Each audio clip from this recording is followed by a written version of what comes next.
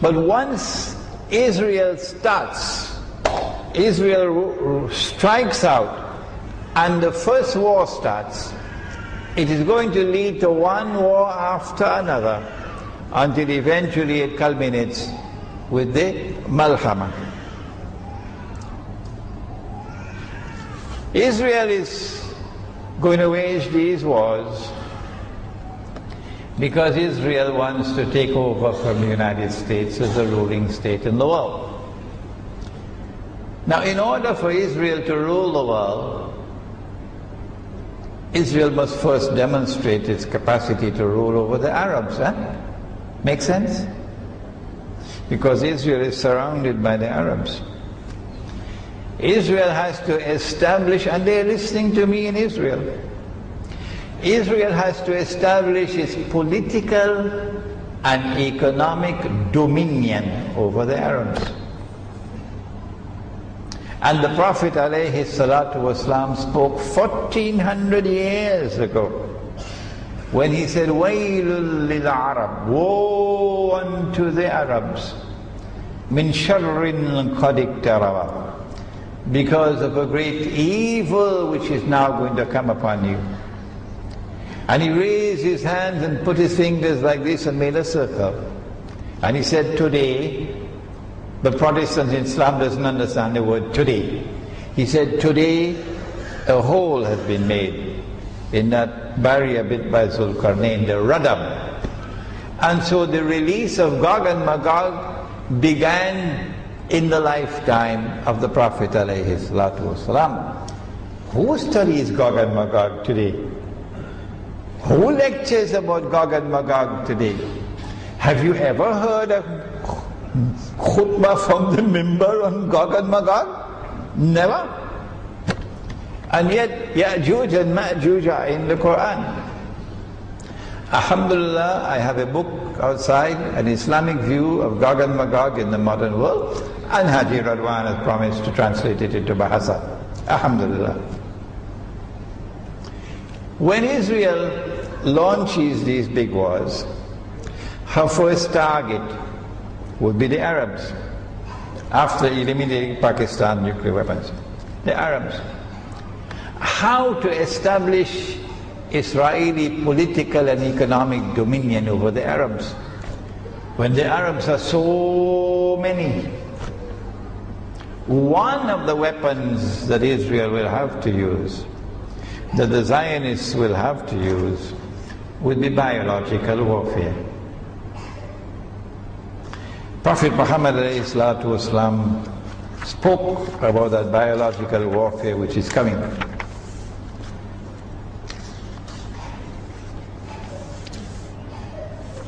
This hadith is narrated by Auf ibn Malik, and it is in Sahih Bukhari. I went to the Prophet sallallahu ta'ala alayhi wa sallam during the Ghazwa of Tabuk, while he was sitting in a tent made of leather. And he said to me, count 6 signs that indicate the approach of the Sa'ah. Number 1, my death. Number 2, the conquest of Jerusalem. And number 3, he said, a plague. Today it's no longer called plague, it's called epidemics, like swine flu and AIDS. A plague which will affect you, meaning the Arabs, in great numbers and kill you in great numbers, the way a plague kills sheep in great numbers. And then an increase of wealth to such an extent that even if one is given 100 dinars, he will not be satisfied. And then an affliction which no Arab house will escape. And then a truce between you and Banu al-Asfar. who will betray you and attack you under 80 flags. Under each flag will be 12,000 soldiers. That part of the hadith is too difficult for me at this time. That truce, and then they will attack you with under 80 flags. But we do have a lecture coming up entitled Alliance with Rome in Akhirul Zaman, inshallah. A second hadith, which is in Ibn Majah and Tirmizi, narrated by Abdullah ibn Amr, in which the Prophet ﷺ said, there will come a calamity which will wipe out the Arabs. Their slain will be in hell. And at that time the tongue, Jazeera, CNN, the tongue will be more severe than the blow of a sword.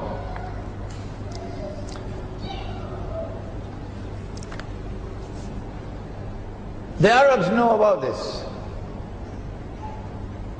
And so as soon as Israel launches her wars,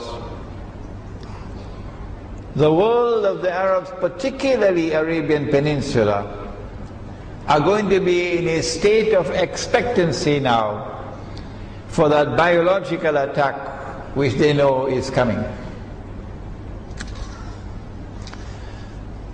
But now listen.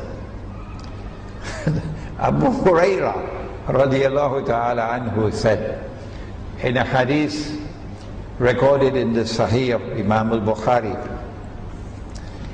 he said, neither plague nor Dajjal can enter Medina.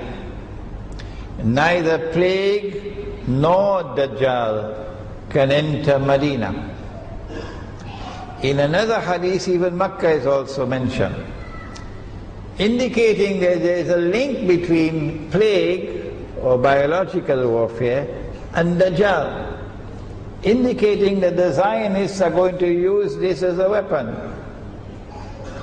So once Israel starts her wars, which are going to be soon, the Arabs know that the only place you can be safe, praise be to Allah, the only place where you can be safe is in Makkah and Medina.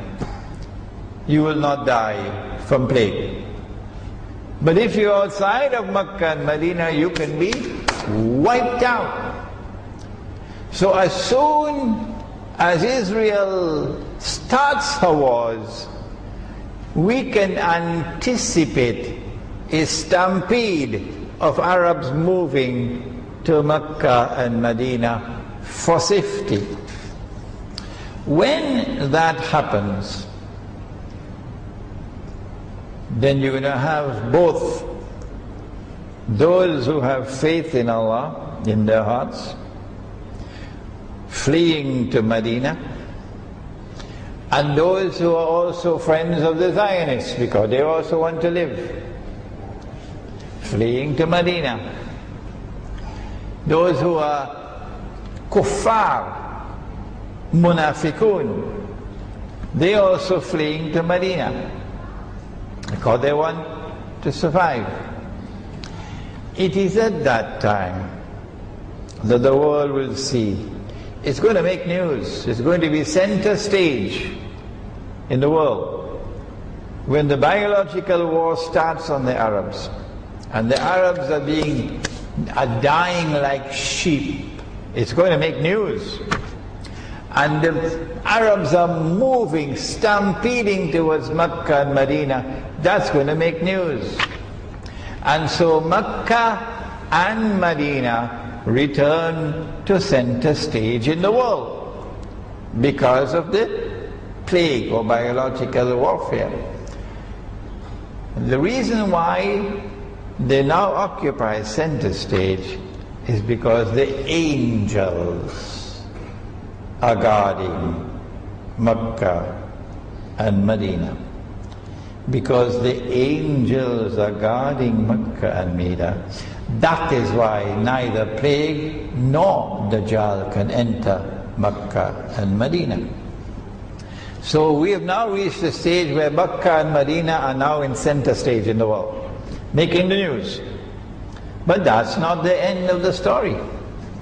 The rest of the story is going to make the Saudis very angry. Hadith of Sahih Bukhari. Anas bin Malik radiyallahu ta'ala anhu said, the Prophet sallallahu ta'ala alayhi wasallam said, there is no town that Dajjal will not enter except Mecca and Medina. There is no entrance to its entrances which is not guarded by the angels in rows at that time. But then he went on to say that Medina, not Mecca, Medina will shake 3 times. Is this going to be 3 earthquakes? Geological earthquakes? Or is this going to be 3 political earthquakes? Because of this chemical combustion, you have all of these people who are faithful to Islam and they despise the Saudi regime. And they're Saudis. And you have all of these others who are faithful camp followers of the Zionists. And these 2 people are together in the same town of Medina. The sparks are going to fly. And so the 3 shaking could be 3, what they call it, Arab Spring, 3 upheavals, uprisings. Could be. Allah knows best. But when these 3 shakings takes place, guess what's going to happen? Allah is going to send every single kafir and munafiq out of Medina. And they will go and join Dajjal. Because he would have camped, he would have descended and camped outside of Medina in a marshy, salty land. Meaning Israel is going to attack. And the Israeli forces are going to be camped outside Medina. Because Israel wants Medina. Why? Because the Jews lived in Medina. Why? Because the Jews were expelled from Medina. Why? Study the story of Banu Qurayza. Why? Study the story of Banu Kainuka. And you know why Israel wants revenge. Revenge. So they're outside of Medina. They're camped, said the Prophet ﷺ. Dajjal is camped outside of Medina. And when Medina shakes 3 times, you know the story that the rats leave a sinking ship. The rats leave a sinking ship. These followers of Dajjal in Medina, Saudis, Arabs, would now feel that Medina is doomed. Doomed. So let's get out. And they go and join the Zionists. But the angels will prevent Dajjal from entering Medina, protect Medina.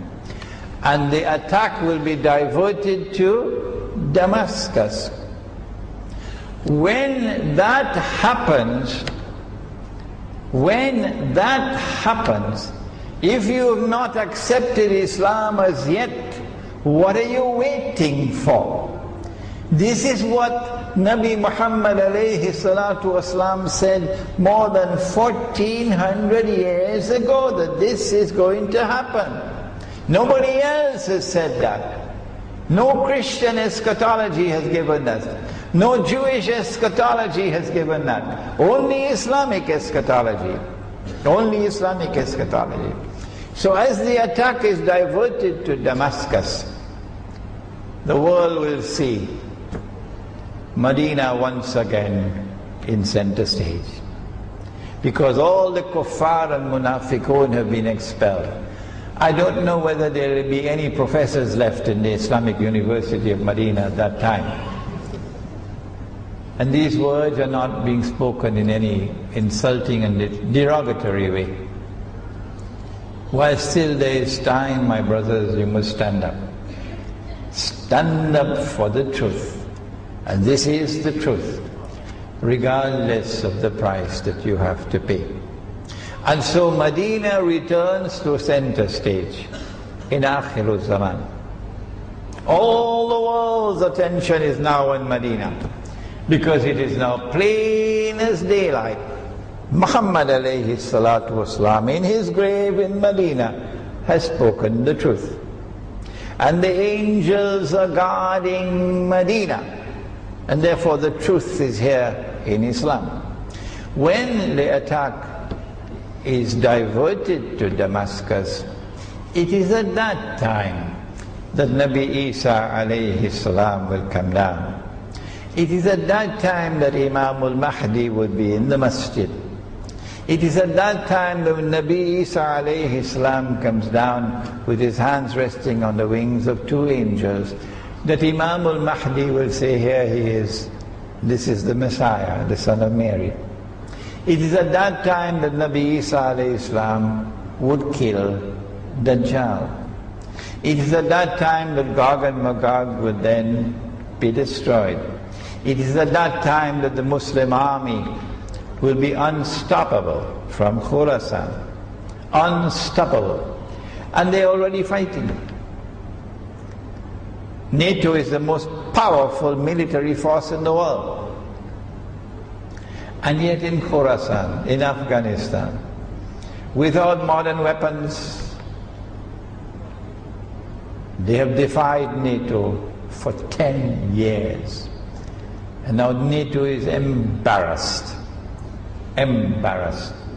by these our brothers in Afghanistan fighting.